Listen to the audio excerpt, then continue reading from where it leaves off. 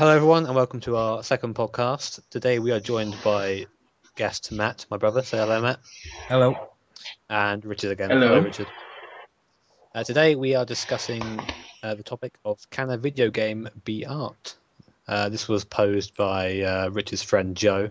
He's written a blog about it, which we'll link in the description. And so personally, I'm going to say no and no view for now. And we'll get into why later. How about you guys? Just a simple yes or no for now. Yeah. I'd agree with Matt. I think in the right. Yes, because you said one word. Okay then. Well, because I can't think of an argument just yet to know, I need to get it to go from my head. I think you guys should, talk about the game that you think best suits art. Best suits art. I don't know.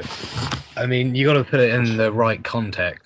It's not just like, any game could be a piece of art, because there's a lot of shit games that are just, sports games and stuff like that. But if you're talking deep story-based type things, then yeah, maybe you could call them art, because there's a lot of involvement in it and a lot of written effort and things like that, which in some people's mind is considered art. So I guess you really have to base on like which game. It has to be specific.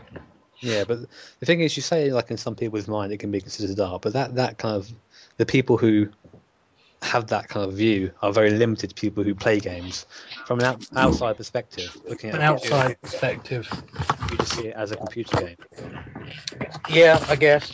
I mean, if you're talking like the general view of someone looking in on games, then I doubt that they'd call most games art, because it just looks like they're shitted out every other week. But I don't know. I think it's very fan specific as well. Yeah, because if you are a fan of a game, you will consider it an art form in itself. But I suppose, depending on, from an outside point of view, it'd just be graphically whether people or not would call it art, I suppose. Yeah, I mean, I can see from like a game like developer's point of view, like you're creating this game and you're animating, putting well, in inverted commas art into it. They do slowly become your babies.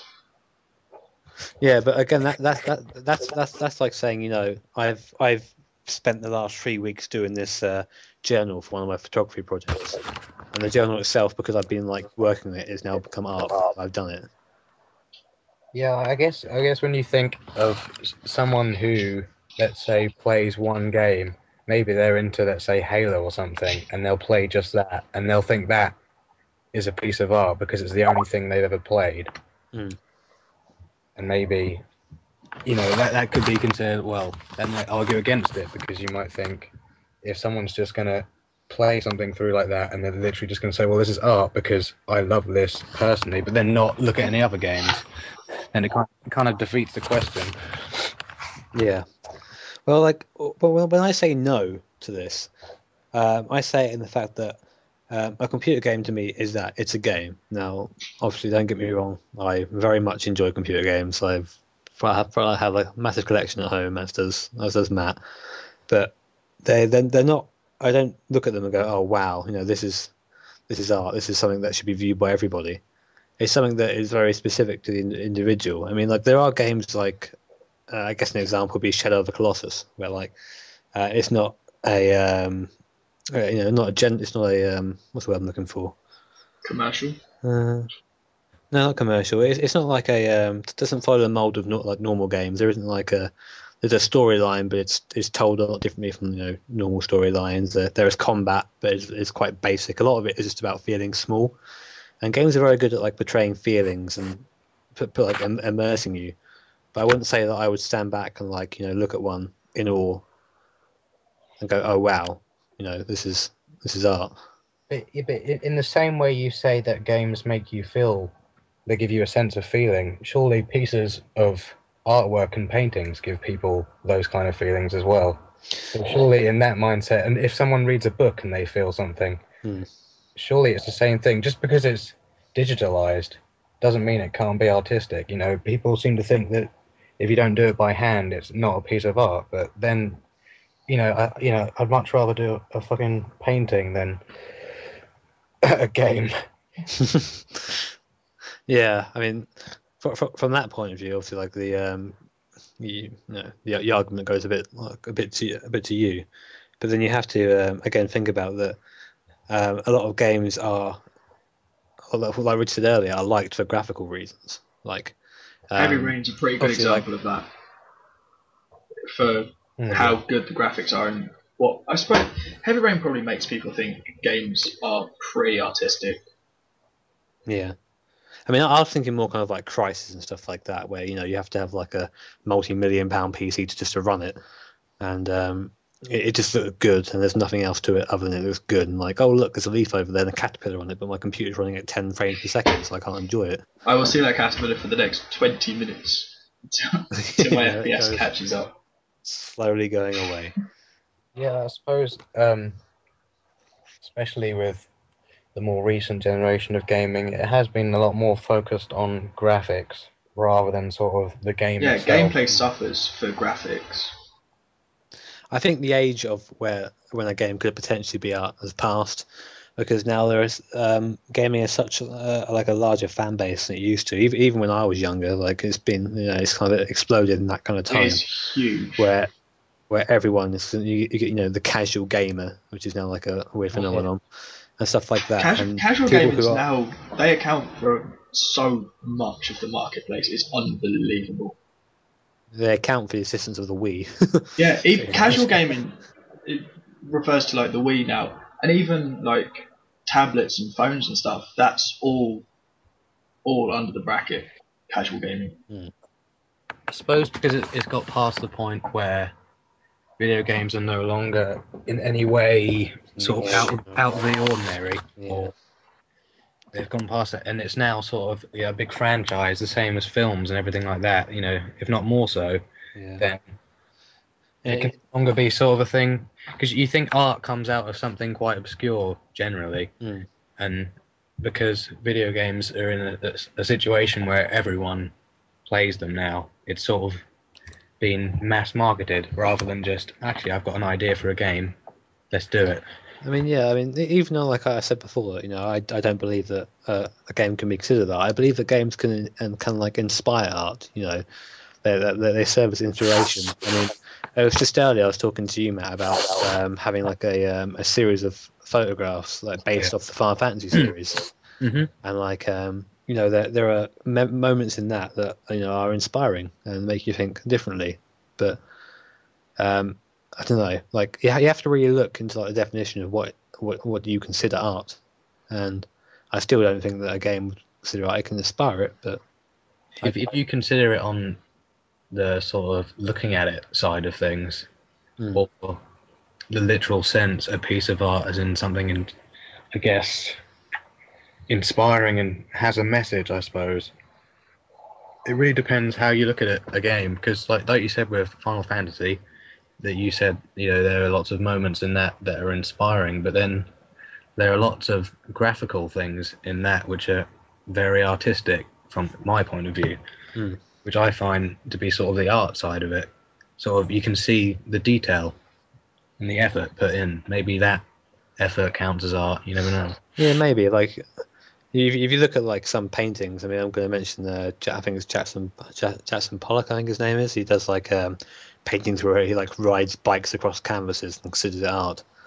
And you see stuff like that, and you see the amount of effort that's put into games, and you wonder, I think that art is down to the individual at the end of the day. Yeah, there's no.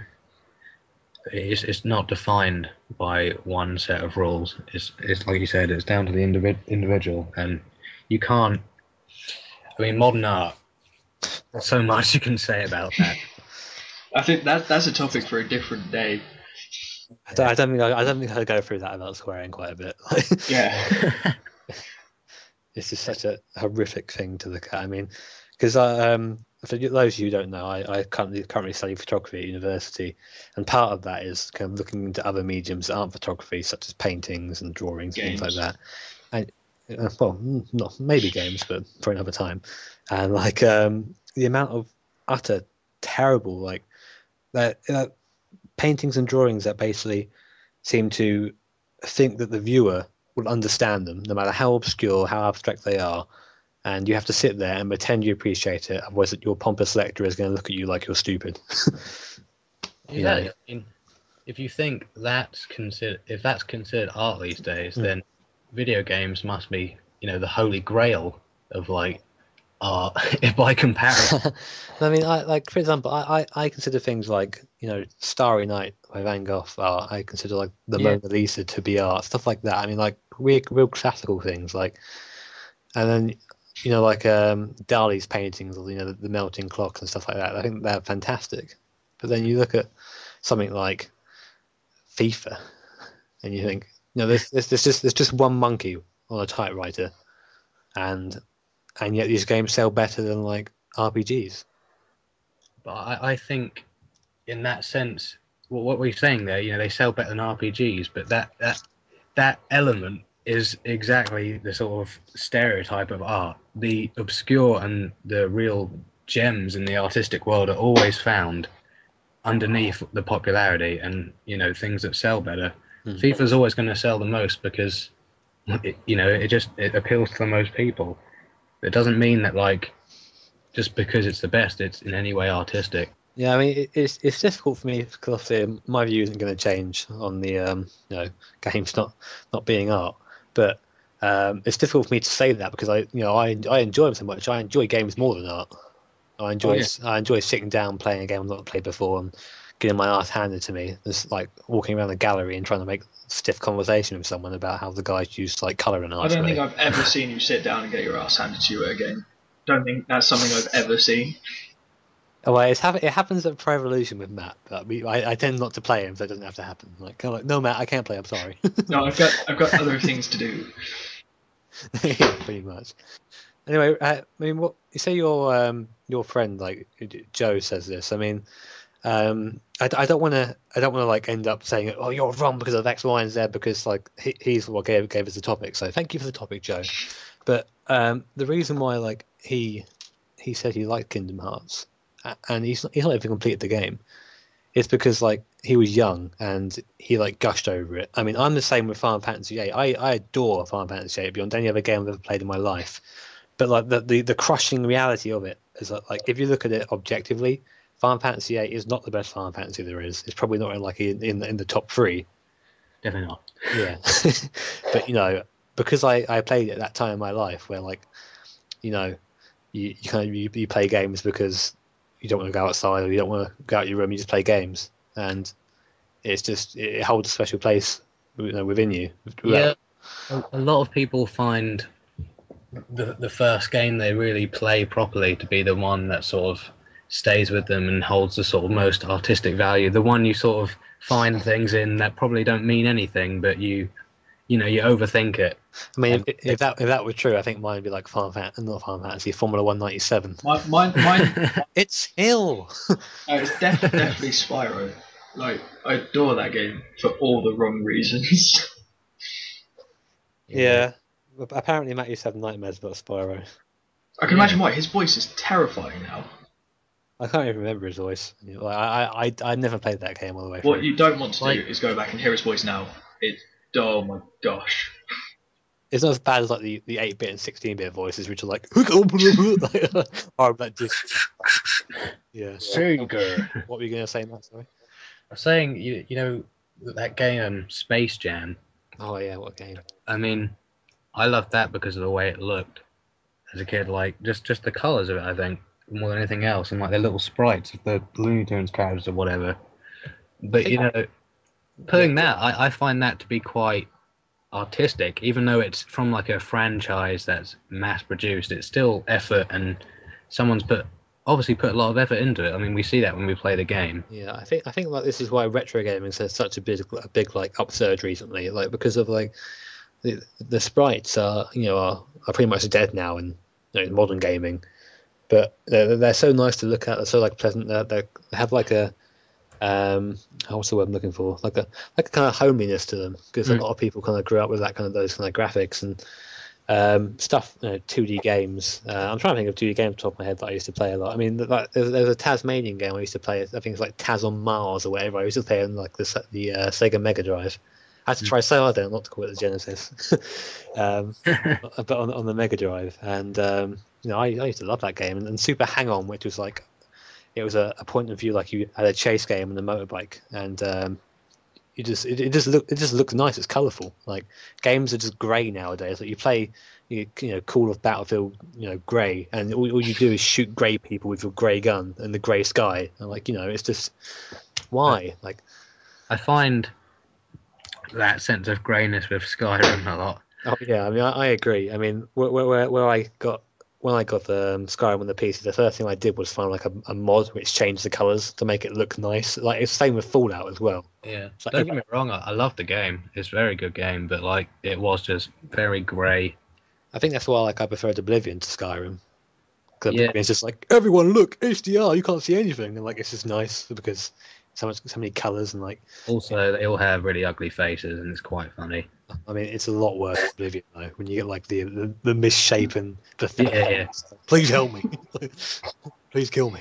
I preferred Oblivion to Skyrim. Actually, it was the what was it? One of the expansion packs, the first one, where you go to Mad World, and that's so colourful. I don't remember which one that was. I can't remember what the DLC was for, but it was definitely worth having. Oh, is it the Shivering Isles one? Yeah, Shivering Isles. I'm Lord of the Shivering Isles now. I mean, I've never completed the storyline in any of those games, but I've easily put 100 hours into each game. Wait, they have storylines?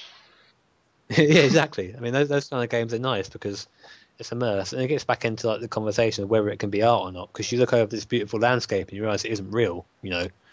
It's difficult. I mean, on my desktop background, half of my pictures are of game art. Like currently, I've got a Persona 3 one, and I've even got pictures of me playing R Factor, which is a simulation racing game. Just because you can get nice pictures of the replays and stuff like that.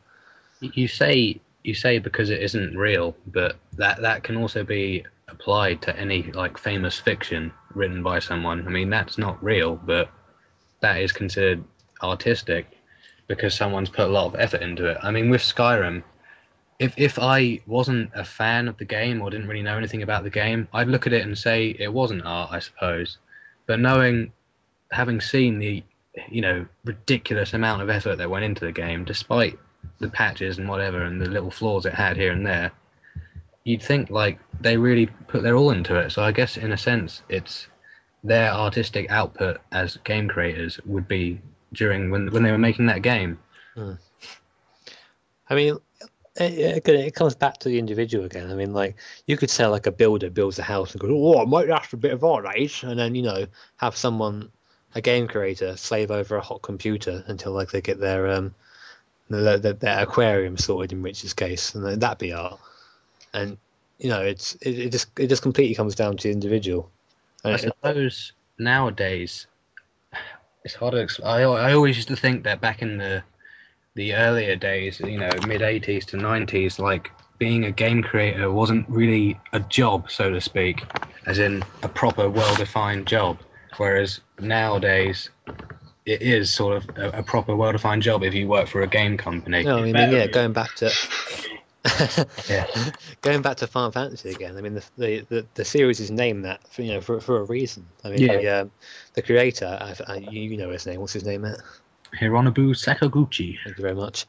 Mr. Sakaguchi, it was his last attempt at getting into the video game industry, and it was his Final Fantasy. It was his final kind of dabble in it, and luckily for him, it took off. And it's a nice metaphor really for the entire series, but it just goes on and on and on. Yeah, I didn't want to say that. Let's just pretend that anything past 10.2 doesn't exist, shall we? Yeah. 12 is good. Shut up, man. We're not getting into that. We're not getting into that. Be here for too long. Well, what about you, Richard? You haven't really mentioned any games that you think come into this. I mean, you can look back at you can look back at games like Spyro and be like, oh yeah, I liked that game when I was young, so it's really good. But a game that you think, you seem to be, because you're 4. I don't know. It's tricky to say because there are loads of different elements that would make up something being art, and I don't know. I'd say even though the graphics were awful, I'd say Spyro is probably my game that supports my argument entirely. I knew you would say Spyro. It's like my default setting when anyone asks me a question about video games. Why? Why Spyro? What makes it artistic? Well, even though like the graphics are awful and the rendering is horrific, Well, yeah, you have to not look at it from today's standpoint. You have to look at it. It's supposed to be. It's that idea, isn't it? That when you play the game, that you're somewhere else and you're doing something else. You play as something new. And as a kid, that is obviously pretty as amazing. a kid, I was pretty certain I was going to grow up to be a dragon. Exactly. And you did. Yeah, I know. Then I'll go to Skyrim and I will get killed because I'm a dragon. Yeah, by Matt of his grey bow and arrow. Or by Jimmy with his new texture pack. What about story? Pardon? What about story-wise? Like, oh yeah, I was gonna just come on to that. Like things like there are lots of elements that make up a game nowadays. Let's go back to I'm trying to think of a game that is just normal to me. Back to like Need for Speed, like one of the first Need for Speeds. Like what story? It was just a racing game. You know, there was nothing to it. There was a game. You're in the car. You have to try and win the race. Like if you look at something like I'm going to say Kingdom Hearts because it's the example we've been given to us and what Matt linked me to beforehand. Like it has like a fantastic soundtrack, as do all like of these Square Enix kind of games that are put well, the out. music Even is Final technically Fantasy art as well, so. I suppose. Yeah, I mean, like that's what Definitely. I'm saying. Like a game can be made up of those things, but I think as a whole, it's still not. Like you can have fantastic art, fantastic design, and well, I think art and cover art and animation, and sounds as well. But Maybe a game together, can be art if you break it down. If you break it down into all its elements, it can definitely be art. Like any single part can definitely be art. But I still think as a whole, if you put like maybe it's less like a game is as a whole isn't art. Maybe it's just a gallery of loads of art within it. yeah, if you think, for example, a game that I really enjoyed relatively recently, Persona 3, you think of the amount of effort that went into that story and like the sort of design of the characters, the voice acting, and the creator really into the story and sort of something he really believed in creating. You think that was his own personal art? I mean, would you say, James, if he'd written that as a book, would that then be art? Instead of just putting it into a game? I don't know, like it's difficult to say because I've never really considered books and like writings to be art. I consider them to be the thoughts and writings, and although again they can influence people, they are at the end of the day just words on the page. But then again, some works of art are just paint on the canvas. So it's difficult to differentiate. But I think where it's put into a game, unfortunately, I mean, if we're looking at it kind of like again objectively from everyone else's point of view, if you saw a computer game on a shelf and you didn't pick it up, you just looked at it. There's no way for you to go, oh, that's art. You have to dedicate time to it, a long time in some cases, for to understand it and get into it. I mean, anyone who'll go into a gallery and see like a nice painting or a photograph or anything else like that can appreciate it. But to understand it, you have to stand there looking at the picture for ages. Yeah, but exactly. Some people, I understand you say like with the art you can sort of see it straight away, but some people still have spent years like arguing over what certain paintings mean and whatever, and they always will do. It's the same with books as well, and with music and lyrics and anything like that. I mean, so if someone's going to play a game, they're going to sit there arguing over it for years. I mean, we've seen all the sort of Final Fantasy arguments about Final Fantasy VII. They just go on, and like and the book. Yeah, they'll never stop. Just for the record, Matt has a Final Fantasy philosophy book in his room, and it's hilarious to read. Like, it puts across some good points, but I don't want to read into Final Fantasy that much because I want to still enjoy it. Yeah, a bit too much, I think. Probably should burn it so the world doesn't see it again. Well, it cost me a tenner. No. No, mate, sell it. If you look at it as a whole, I think what you're trying to say is that the way the game's made makes it not art because you see it as sort of like a business, if that's what you think. But in the same way, it works the same with art and photography. In the end, although people are trying to put across their art, they're still trying to make a living from it. And maybe they're trying to do that by showing art through whatever they feel necessary, especially with writing, especially with painting. Perhaps I think it is something that this is going to sound quite serious now, but like something that society isn't really ready for yet. Like people like even like me, still have very old-fashioned kind of ideas of what art can be and what art isn't. Well, if you And think maybe because in years to come, maybe people will be sitting having the same argument, but then going, but they'll be sort of looking back at games now, saying, "Look at that art, man." it might be just because of my education, because that's the way I think. Because this is how I've been taught, just regarding like creative side of things. But it might just be that. It might just be the conditioning. But it's still very difficult for me to get my head around something on a disc, something that doesn't physically exist, can be a game. It can be art. Sorry. I agree with Richard. Like in years to come, people are going to look back on games as a form of art, non-stop. That'll be a part of the definition in years to come. Fingers crossed, because I'm going to make me some video games. I'm going to be an artist. It won't be like a debated thing anymore. It'll be, well, games are art, and like this is a famous game in some box somewhere in France, Yeah, and in brackets at the bottom, and they'll all say James was wrong. James was extremely wrong. I've decided from now on, any game that I make is going to have a character called Jimmy in it, and he is going to actually he will be wrong 100% of the time. Maybe you go up to him like an NPC and he just says, "My name is James and I am wrong," and that's all he says. Just says, "I am error." Yeah, Jimmy, you can be an Easter egg. Yeah. That's what I want. I'll get you to voice it as well. Don't worry. Please say, "I am desperate for work." Please, I'm a photographer. Here's my contact number. Please give me some money. I mean, yeah. All arguments aside, like I enjoy video games, tenfold on what I enjoy art. Maybe the reaction isn't quite the same as with art. It's a more personal reaction, I think. Well, here's a question for you. That time we played Final Fantasy V, and you know what I'm going to reference, but the moment when that happened, and how did you feel then? I think you should explain the moment, Matt, because in Final Fantasy V, I can't remember, you were playing it, this creature called Hydra. Yeah, well, there's a scene where there's a pet of one of the characters is called Hydra. 2 secs. I'm just gonna shout out one thing. There might be some spoilers.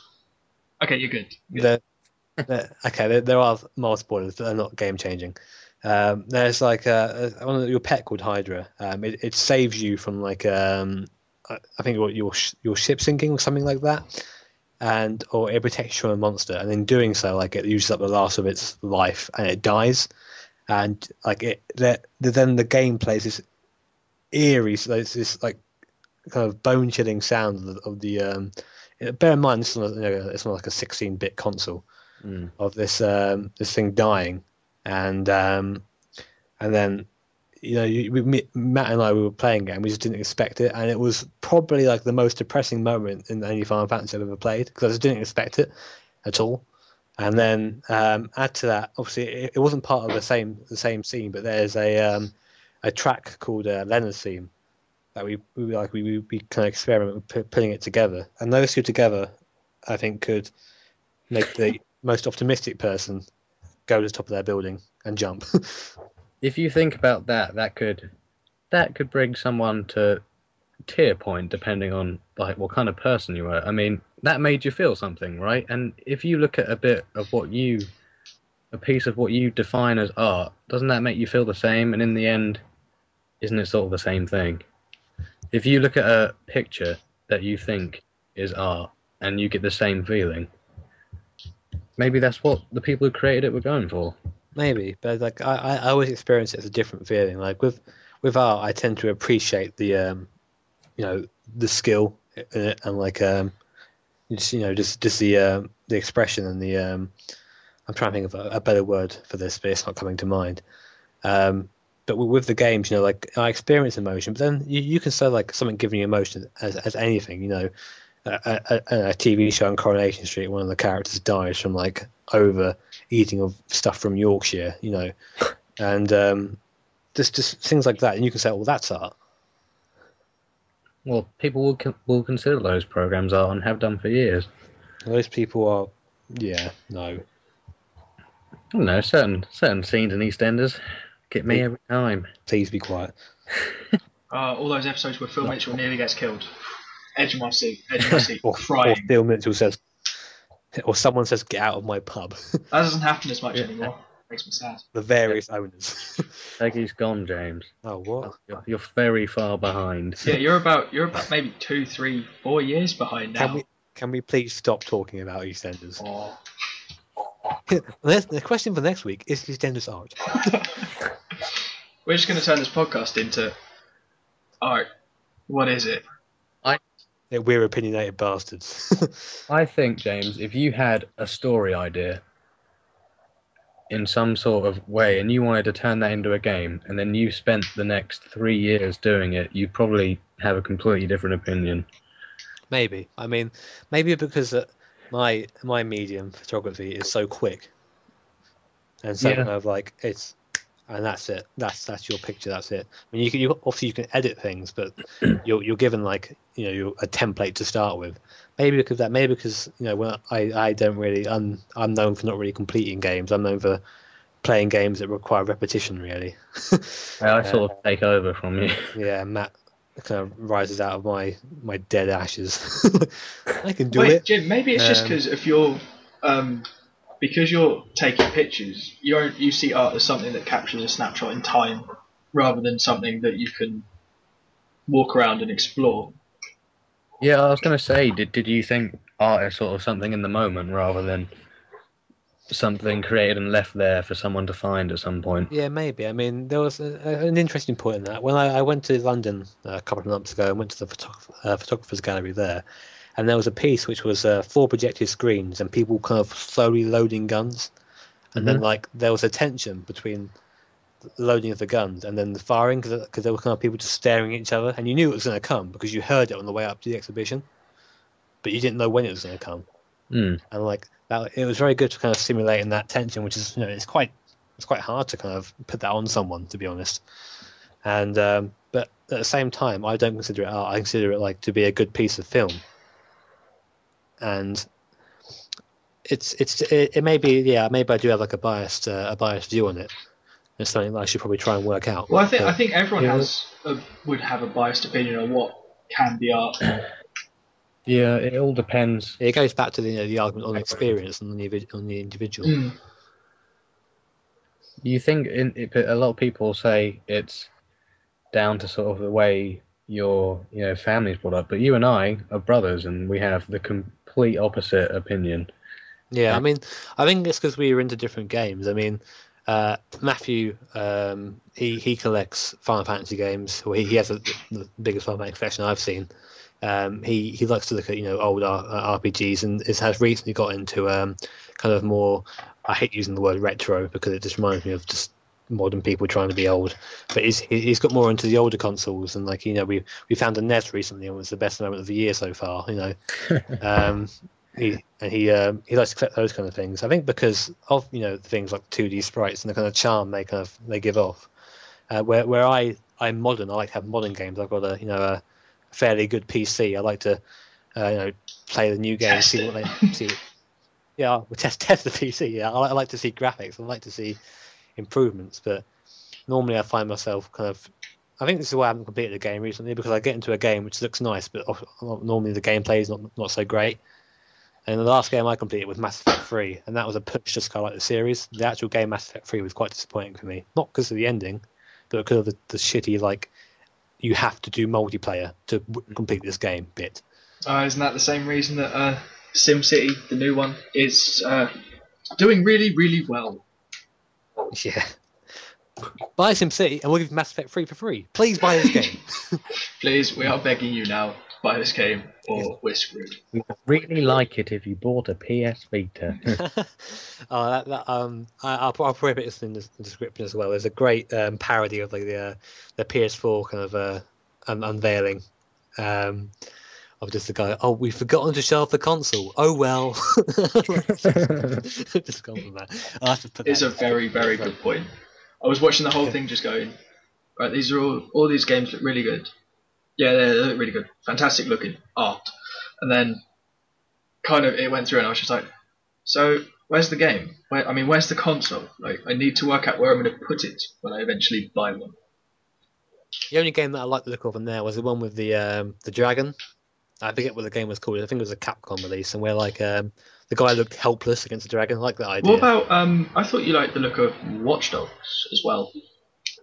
I am Watch Dogs, but that's one of those games which is going to be like Sleeping Dogs or something like that. It's one of those games which is looks really open and it's fantastic, but at the end of the day, it's just linear. Yeah. It's the same trajectory. What you've done there is ruin all the hype I had about the PS4. Sorry. The Square Enix guy comes out, and I'm sitting there finally thinking, this is going to be Final Fantasy 15, and this is going to be the next thing. It's going to be the redemption of the series, and then, Exactly. and then it just shows the video it showed last year. Like, oh. I bet I'll go into a game at some point, and Final Fantasy 15 will be on PC, and I just wouldn't have noticed it come out, and I've seen no videos, just like with 14. Yeah. Just there in the shops at some point. And you'll work in the shop and just collapse. Oh dear. What is the point? Yeah, I mean, it's a pretty interesting topic, and I think we've covered it pretty well for now. I mean, if anyone has differing opinions, like put it in the comments. Talk to us. I'm quite interested to see what other people think, because obviously in this one I've kind of been bombarded with James, you're wrong for the entire thing, which is we totally fine. didn't gang up on you. Not wrong. With fantastic arguments, but it's something that I would like to see or discuss with other people. Yeah, so and I mean, they can comment and tweet at us, can't they? Stop plugging the tweet. Well, in fact, you don't reply to your tweets. I'll reply to mine. I reply to all of my tweets. Tweet Richard. There'll be a link somewhere. I'm also going to do another shameless plug of my vlog, which we're going to put a link to in there. I do a vlog every day, and it's very lovely, and sometimes talk about games, so it'll be in there. And we'll also put a link to Matt's channel. Matt does music, if you're interested. Some game music, which is a big queue for Matt to put out some game music in the time between us going live and going on YouTube. Quickly record some. Yeah, I mean, let's say talk to us. We like to be talked to. Or Jimmy likes to be talked at rather than to. Yeah, I just don't listen. Yeah. We should probably talk about the F1 that happened at the weekend. Okay, Matt, you can go if you want, because this doesn't really concern you. And you'll get bored with the tediousness. Say goodbye, Matt. See you later. Bye, Matt. Thanks for coming on the show, Matt. It's been good to have you. Cheers for having We me. totally won't edit you out. See ya.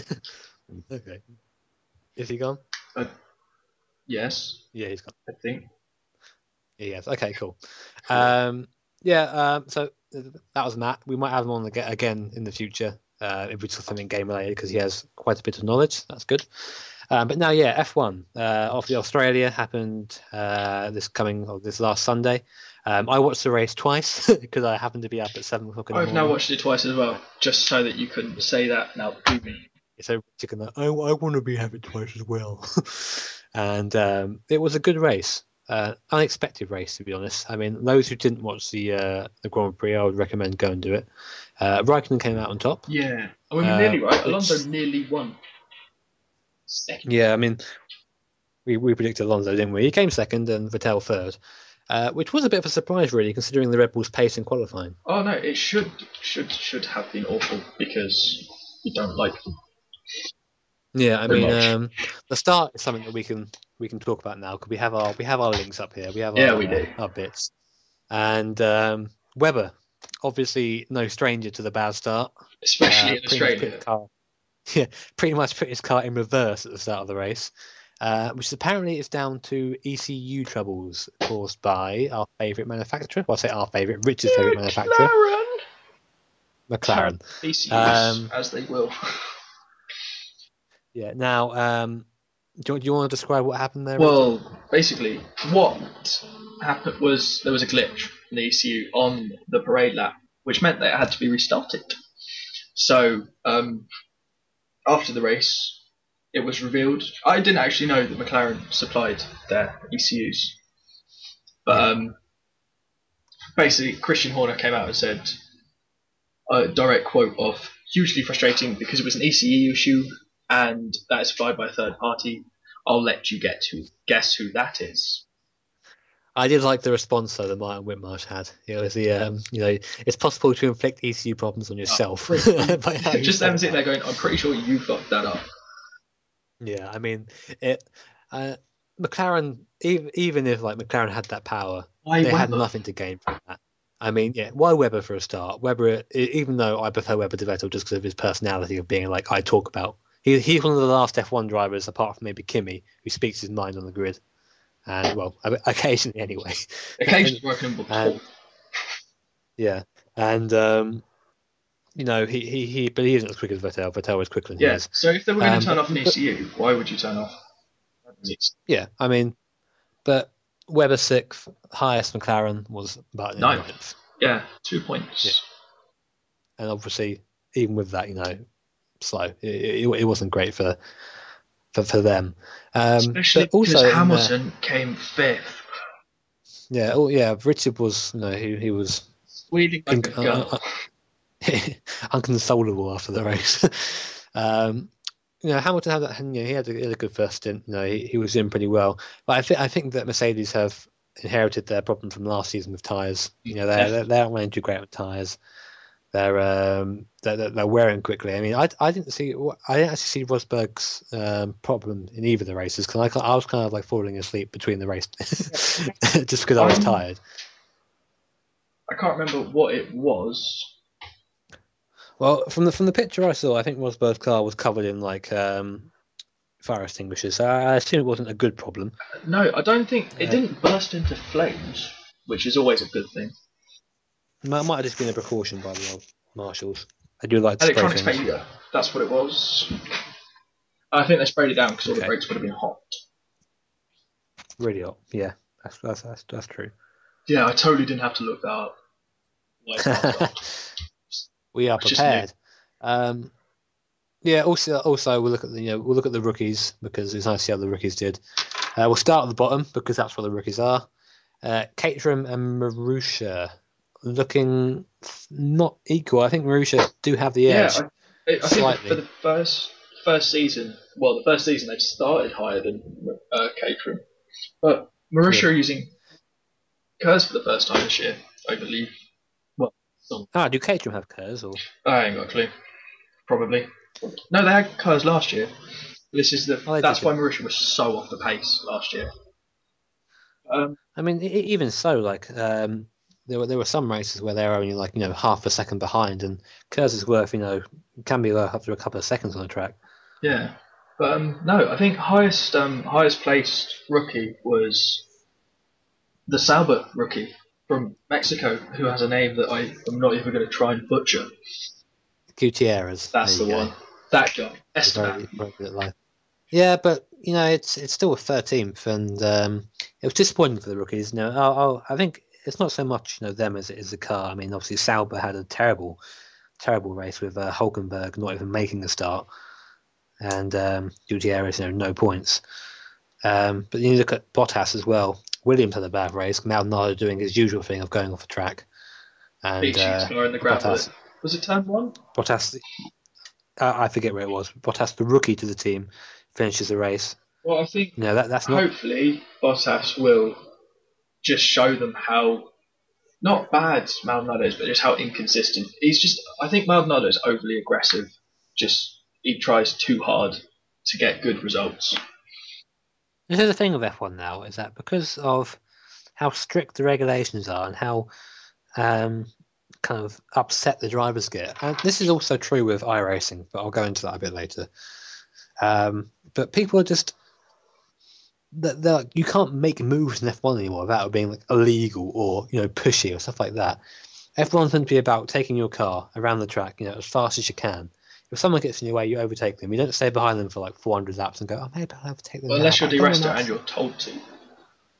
Unless you're DeResta and you let everyone like pass. Well, DeResta he finished 8th. And then he was He did, told right. to stay behind Sutil for the last few laps, even though he was quicker. Yeah, I think this is Webb was so far ahead, so it's pointless anyway. Yeah, which was a shame. But Sutil's made a good comeback, I guess. Yeah, I mean, I'm not going to make jokes about stabbing people, but yeah, he had a good race. He ran in the lead for a while, obviously out of position, but he did run in the lead for a while. Yeah, but no, another race this weekend. So, Malaysia, without having seen any practice, can't really say much. Yeah, we'll have to have a look at practice. And obviously, this time we'll try and get this kind of podcast out every kind of Wednesday, like kind of midweek kind of time. That's when we're normally free. Yeah, to do it. Seems to be. But yeah, we'll have to see then. I mean, there's not really much else to discuss this time around. I mean, do you have anything else you want to put up? No, apart from we should probably wrap this up because I really need a toilet. Fantastic. What a good place to end on. Well, like I said before, the debate of the games. If anyone has any opinions on that they want to share, put them in the comments, and we'll go through them briefly next time around, and we'll argue that again, and we'll see if we can get to a conclusion. Because all we have was two differing opinions, like yes and no, and yeah, so we'll try and get closure on that. Obviously, next time around we'll have the results of Malaysia in our hands, so we can go through that a bit. And I would like to talk about next time sim racing a bit. Yeah, we'll do that. And that because that's something that I do a lot, and I think it will be a good topic. So yeah, on that, thank you very much for listening. If you've got this far, we'll see you next week. See you next week. Bye.